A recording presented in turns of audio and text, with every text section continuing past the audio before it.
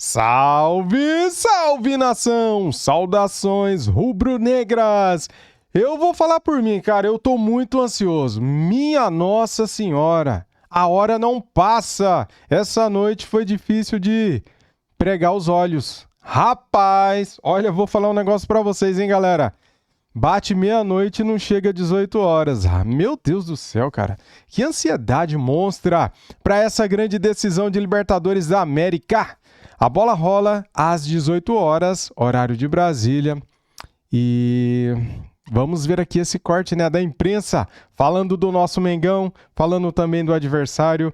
Léo Pereira ontem foi conhecer o gramado, né? Tirou selfie ali no estádio. Estádio grande, hein, galera? Capacidade para 80 mil torcedores, hein? É um gigante. E a torcida do Mengão está em maior número. Então, vamos empurrar o nosso Mengão rumo a mais um título. Rumo ao Tetra da Libertadores. Seja bem-vindo. Comente, deixe o seu palpite aqui nos comentários. Deixa o like, se inscreva no canal e ative o sininho. As imagens são da ESPN Brasil. Link na descrição como créditos. Vamos lá.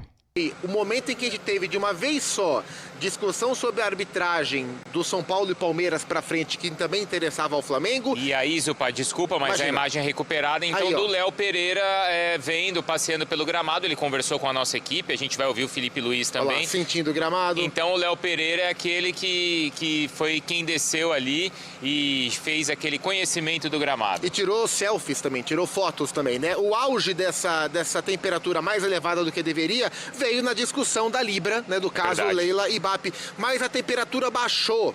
E baixou, inclusive, entre os dirigentes. Na segunda-feira, no Summit da CBF em São Paulo, Leila e Bapi se cumprimentaram. A Leila falou com respeito sobre o Flamengo. O Bapi falou com respeito sobre a continuidade do Abel no Palmeiras. A gente viu o Veiga falando sobre o Flamengo como um grande rival. O Léo Pereira falou em entrevista recente, dizendo que o Vitor Roque e o Flaco são craques. Então, assim, para além da temperatura mais elevada que já existiu e que passa para a torcida, há um respeito muito grande, há um reconhecimento da grandeza dos dois projetos. Porque, Bruno, a Libertadores não é um campeonato onde obrigatoriamente os dois melhores times chegam à final.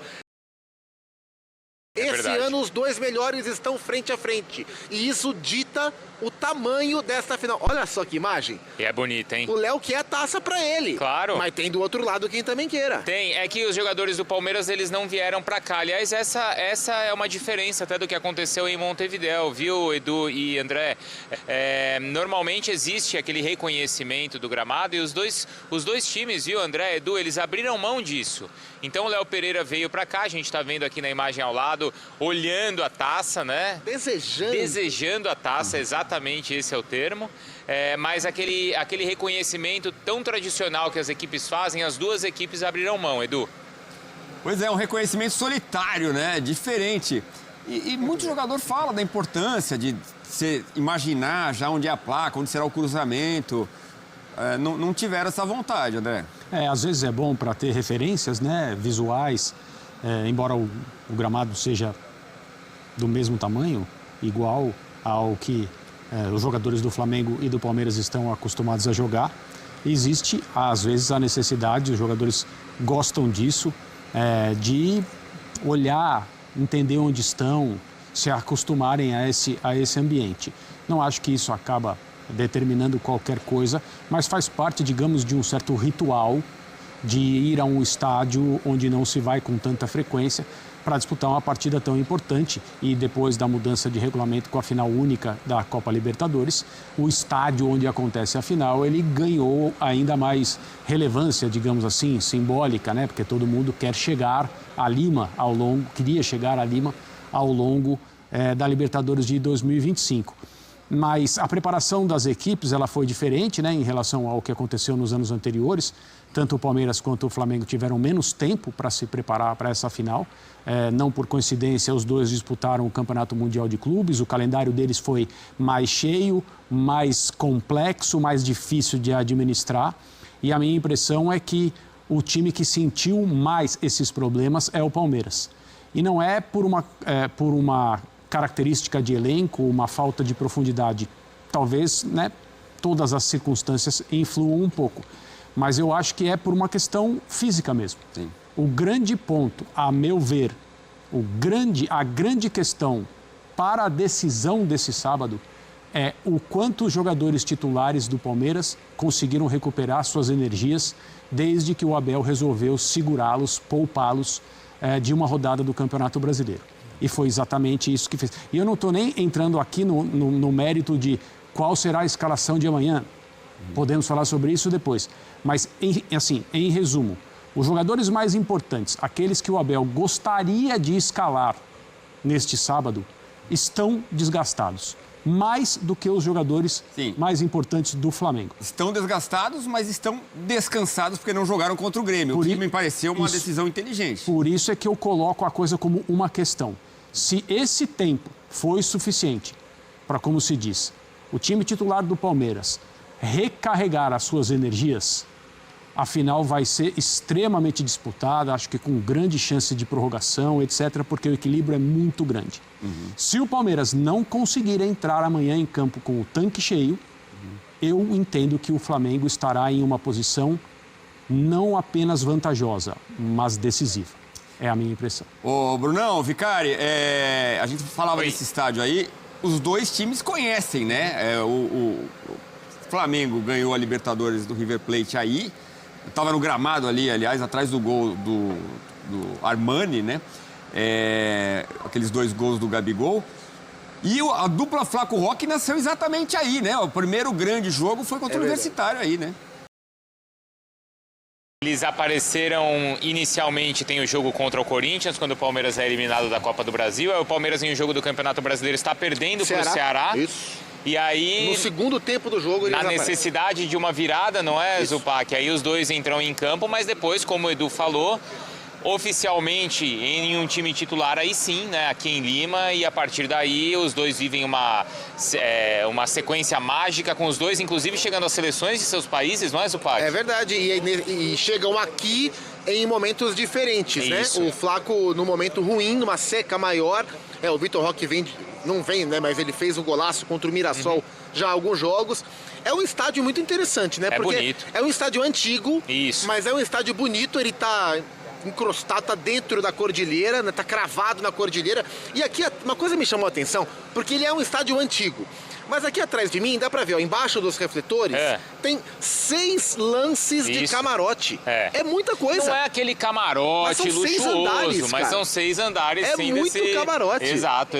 É muito interessante o estádio aqui. A concepção dele é um arquiteto uruguaio que também projetou outros 6 grandes estádios aqui na América do Sul, mas de fato, assim, Monumental cabe. É um nome que cabe bastante para esse estádio. Vamos passear aqui por Lima com as nossas equipes que estão, então, acompanhando as torcidas. A nossa programação começou desde cedo com Fala Fonte, a partir das 9 horas da manhã, no YouTube da ESPN Brasil, depois ao longo de todo o dia, sempre ao vivo aqui na ESPN, no Disney Plus, no nosso YouTube, trazendo todos os detalhes dessa grande decisão, e claro que amanhã vai ser assim também. Tá então, Felipe Luiz, exclusivo para a ESPN, falando bastante sobre futuro, ou nem falando tanto assim, porque prefere manter as coisas meio em sigilo, meio em segredo nesse momento, porque está completamente concentrado na final da Libertadores. Tem contrato até o fim do ano, então era uma pergunta obrigatória. Ele também acrescentou que o Pedro tentou, mas não conseguiu se recuperar ao mesmo tempo, fica fora.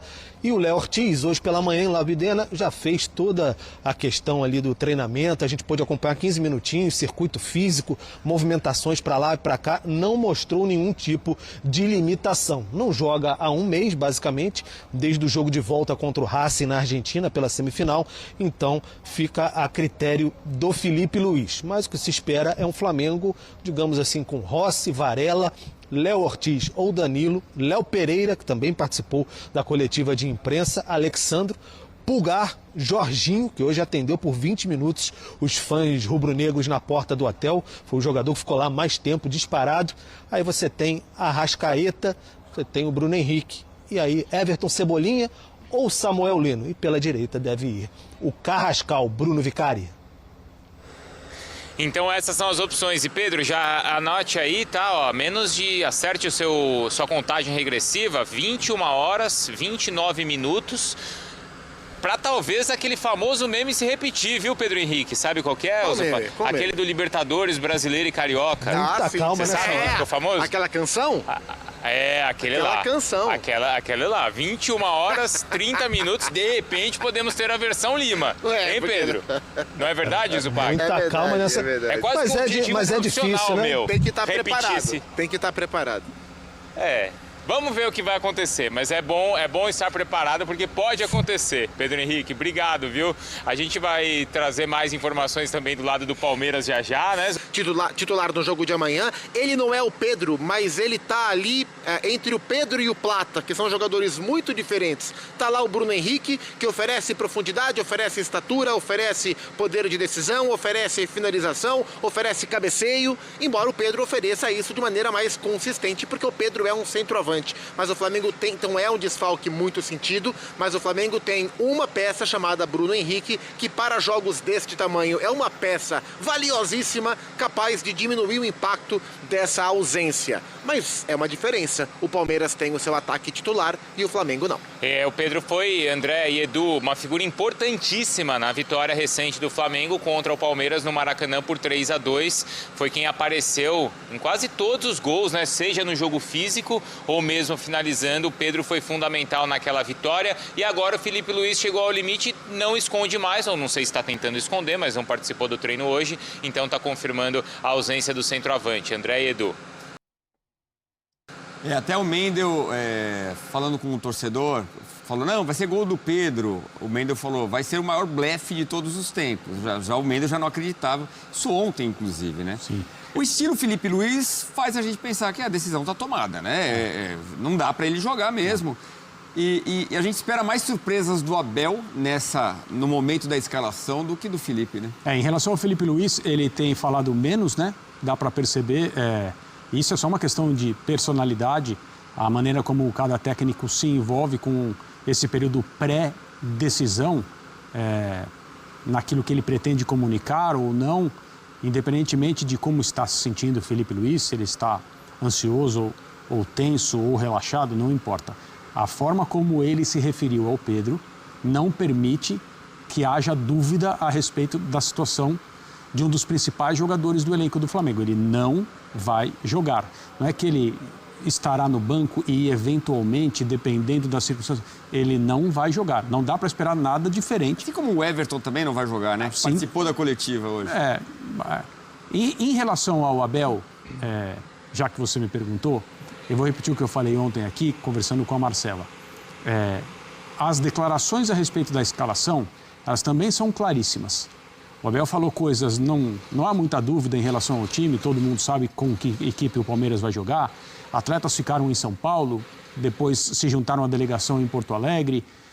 Ninguém entrou no jogo contra o Grêmio, no sentido de jogadores mais importantes, aqueles que estavam, né, sendo poupados ou a sua carga de trabalho reduzida para se prepararem da melhor maneira e chegarem com toda a energia possível ao jogo de amanhã. Então, está tudo muito direcionado para que o Abel faça algo que ele não faz.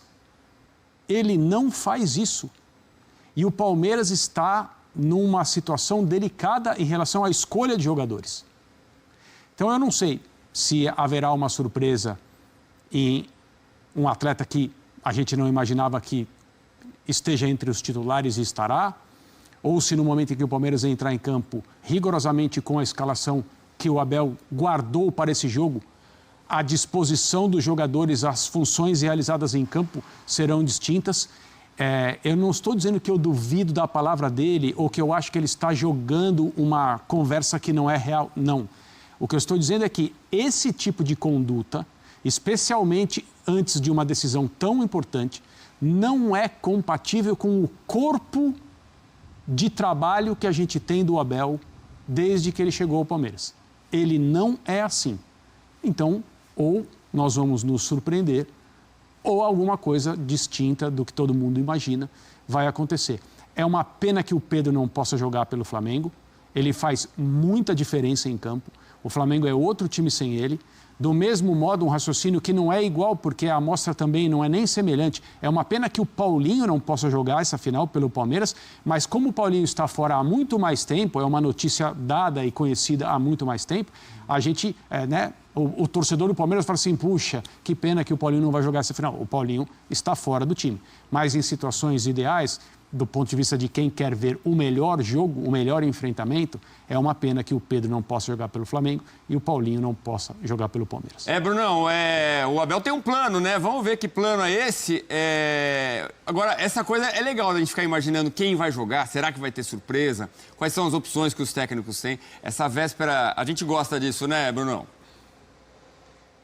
Isso pertence, né, Zupac? Pertence ao futebol. Pertence ao futebol. O Abel, então, conversando com o pessoal ali um pouco mais cedo hoje aqui, o pessoal da comunicação do Palmeiras. Então, o Abel também esteve presente por aqui. Vamos aproveitar, então, antes... Mas a postura do Palmeiras, para mim, eu espero imagino parecida ao jogo do Maracanã. Quando o Abel fala, e ele fala que ele gosta de jogadores que fazem diferentes funções. Além do Fux, que pode ser volante, pode ser zagueiro, e eu imagino que o Palmeiras... Sem bola, jogue com linha de 4 e o Fux com o Andréas como volante. E com bola, tenha o Fux com o Gustavo e com o Murilo, liberando o Kelvin, liberando o Piquerez, essa flutuação do com e sem bola. Aonde mais o Abel pode promover mudanças sem trocar peças? Ele pode inverter o lado dos meias, ele pode jogar o Veiga para a direita, onde o Veiga prefere jogar, e o Alan na esquerda. O Alan pode fazer os dois lados. Ele pode trazer o Veiga um pouco para trás e o Andréas jogar como meia, como jogou contra o River Plate lá no Monumental de Núñez e jogou muito bem. São as possibilidades que ele tem. Mas aí contra a LDU fora de casa o Veiga já não foi bem. Então, esse é um ponto, né? Que a gente até conversou ontem no Sport Center durante a tarde lá no shopping, lá em Larcomar. Os últimos grandes jogos do Mundial de Clubes para cá, que o Abel Ferreira optou por escalar o Rafael Veiga de início, ele tirou no intervalo. E olha que o Veiga é um cara enorme. Sim. Contra Al Ahly e contra Inter Miami no Mundial de Clubes. Contra o São Paulo no Clássico do Morumbi, o jogo da virada. Isso. E contra a LDU jogando em Quito. Nos 4 jogos, o Abel optou pelo Veiga. Mesmo com o Veiga não rendendo para ser titular, ele optou porque ele respeita e conhece o Rafael Veiga, e o Veiga merece crédito, mas o Veiga não foi bem e ele sacou no intervalo. Por isso que eu digo, eu não escalaria o Rafael Veiga, mas aparentemente o Abel vai optar por ele. E uma figura que a gente não falou uma peça, mas o Felipe Anderson é um cara que quando joga, e não está vivendo a melhor fase, é verdade, mas pelo lado esquerdo costuma baixar bastante, como o Scarpa fazia e fez naquela decisão em Montevidéu. Pode fazer uma ala 2021, né? Para jogar ao lado ali do Piquerez. O Felipe jogou 90 minutos contra o Grêmio. Isso para mim descredibiliza a possibilidade dele começar o jogo de amanhã. É um bom ponto, Zupac. Bom, mais detalhes então desse duelo, desse confronto, das peças do jogo de xadrez entre Palmeiras e Flamengo. Quem traz esses detalhes pra gente, claro, o pessoal do Data ESPN. O Caio Alves está aqui no Sport Center e desenha mais essa partida desse confronto aqui no Sport Center. Vamos lá, Caio. Tudo bem, Bruno? Boa noite, fã de esporte. É isso. Vamos trazer análise dos dois times, os pontos fortes, tanto de Palmeiras quanto de Flamengo, o que esperar. Vocês estavam falando aí sobre o Abel, que ele tem um plano. Eu acho que de todos os planos que ele tem, um que é certeza que vai acontecer, não necessariamente o gol, mas a jogada em si é de bola parada, jogada treinada. Como nesse caso contra a LDU, que a gente viu que saiu o gol. Então, não necessariamente essa jogada em si, mas, até porque é uma comissão que trabalha bastante as jogadas, varia bastante, mas que vai ter essa questão da bola parada como a LDU, como contra a LDU. Então a gente vê aqui, Andréas Pereira e Vitor Roque de alvo para receber esse lançamento do Aníbal. E aí é o acaso do futebol, quem era o alvo da batida é esse em amarelo Gustavo Gomes. A bola, por algum acaso, pela aleatoriedade do jogo, não chegou nele porque teve o desvio no defensor da LDU, a bola acaba chegando no Bruno Fux e aí gol do Palmeiras. Acabou dando essa questão da sorte, mas é uma jogada trabalhada que vai acontecer, eu tenho certeza, na final de amanhã. E aí, por parte do Flamengo, é um time que vocês também estavam falando que é muito confortável com bola, sabe descansar com a bola nos pés, que é trocando mais passes, então corre menos na teoria. E aí essa questão da atração, a gente costuma falar que é atrair para liberar, para encontrar mais campo um espaço maior no campo do adversário. Então a gente vê aqui o Flamengo contra o Santos atraindo essa pressão intencionalmente do Santos, então o Santos fazendo essa marcação por encaixes, a gente vê que está todo mundo muito bem encaixado. Qual é o objetivo? Alguém conduzir, no caso aqui é o Danilo, conduzir essa bola para encontrar o jogador mais distante, que é o Arrasca, e aí a bola no pé do Arrasca chega em boa qualidade para os atacantes, e aí os atacantes em superioridade, igualdade numérica, com mais espaço para percorrer, acaba tendo essa vantagem. Então, uma coisa que vai acontecer, tanto do Palmeiras, que a bola é parada, bola ensaiada, jogada ensaiada, e aí do Flamengo também a atração de jogar bem com a bola e saber o que fazer com ela, Bruno. Muito bem, cara. Fiquei quieto aqui, só observando os comentários, né? Galera, temos aqui as prováveis escalações e arbitragem, tá? Vamos lá então, deixa o like se você ainda não deixou, se inscreva aqui no canal e ative o sininho. Palmeiras e Flamengo, onde assistir ao vivo, horário e escalações. Veja também desfalques, arbitragem e outras informações da final da Conmebol Libertadores. A TV Globo e GE transmitem ao vivo. E o Disney Plus e ESPN Brasil também transmitem o jogo ao vivo a partir das 18 horas, horário de Brasília, no Estádio Monumental, lá em Lima, no Peru. Bem, cara, vamos aqui direto para o que importa, né? As escalações. Vamos lá. Palmeiras, o técnico Abel Ferreira vai a campo, né, com Carlos Miguel, Kelvin, Gustavo Gomes, Murilo, Piquerez, Andréas Pereira, Bruno Fux, Alan, né? Rafael Veiga, Flaco Lopes e Vitor Roque. Muito bem, e já o time de Felipe Luiz tem a probabilidade de ter Léo Ortiz, recuperado de uma lesão no tornozelo direito. Léo Ortiz foi preparado para ficar à disposição dessa partida, mas sua escalação será decidida por Felipe Luiz em conversa com o atleta e o departamento médico. Uma avaliação no dia da partida é importante para bater o martelo. Sem o camisa 3, caso isso aconteça, Danilo forma a dupla de zaga com Léo Pereira. A principal dúvida está no setor ofensivo. Luiz Araújo e Everton Cebolinha e Carrascal disputam 2 vagas ao lado de Bruno Henrique. Apesar de ter viajado com a delegação, Pedro continua em recuperação da lesão na coxa esquerda e está fora. A provável escalação do nosso Mengão tem Rossi, Varela, Danilo, Léo Pereira e Alexandro, Éric Pulgar, Jorginho, Arrascaeta, Carrascal, Luiz Araújo e Bruno Henrique. Você escalaria quem? Esse time? Mudaria qual peça? Se tiver 100%, eu iria com o Léo Ortiz. E lá na frente eu tiraria...